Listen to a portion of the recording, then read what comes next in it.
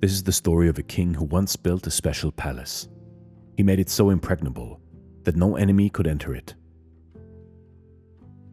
And one day, the neighboring king came to see this much talked of palace. He was terribly impressed and determined to make a similar palace for his own safety. While leaving, he praised the king again for his foresight and wisdom and reiterated his desire to follow the king's example. An old beggar sitting by the roadside heard this talk. He laughed aloud. The owner of the palace hushed him away, saying, "What makes you laugh, fool?" "Since you ask, sire, I shall take the opportunity of telling you," said the beggar. "There is only one flaw in this marvelous structure. It is impregnable, except for the door. The enemy can come through the door. If you step in and have the door covered with brick and mortar, it will be completely secure. Then no enemy can ever enter it." "If I do as you say, you fool, this palace will become my grave," said the king. "It already is," said the beggar. "Except for the door. Through this door the enemy can come, and if not the enemy, death is bound to come." "But I will be dead before that," raved the king. "Then understand this well," said the beggar. "As many doors as you had in your palace, so much of existence was with you. As you decreased the doors, so also life diminished within you.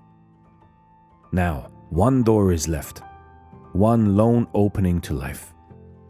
Close it and shut out life forever. Therefore I say, there is only one flaw." And he broke into peals of laughter again. "I too had castles, your majesty," the beggar continued. "Then I felt that they were no more than prison houses. So I began to widen the doors and separate the walls. But I found that no matter how much I widened the doors, the walls still remained. So I got out of the walls and came out in the open. Now I stay beneath the open skies and am alive in the perfect sense of the word." You see, in life, in your life, what does man do all his life after all? Why does he amass wealth? Why does he yearn for position and fame? So that he may feel safe and secure, and life holds no terror for him.